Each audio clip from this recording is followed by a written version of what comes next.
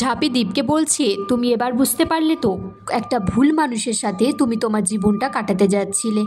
দীপ বলছে, আমি এবার আসি। ঝাঁপি বলছে, ঠিক আছে, এটা না হয় বললে না, কিন্তু এটা তো মানবে যে আমি তোমাকে ওই ভুল মানুষটার হাত থেকে বাঁচিয়েছি।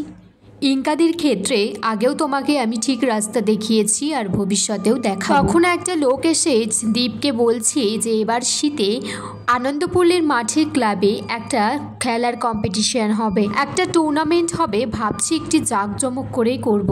দীপকে বলছে, তুই কিছু টাকা দে রে। দীপকে বলছে, তুই কিছু টাকা দিয়ে সাহায্য কর।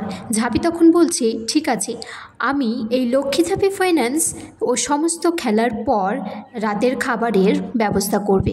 লোকটি তখন বলছে, নীলুও খেলবে।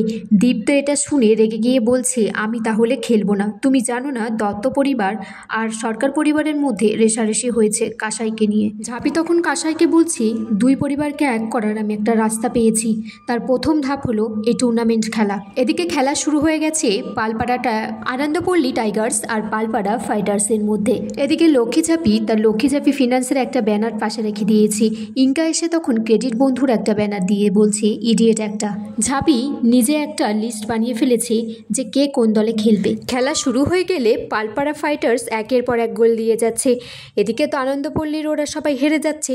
তখন হঠাৎ করে দীপ পড়ে যায়। ঝাঁপি ছুটে আসে আর বলে, দেখি তোমার হাতে কী হয়েছে।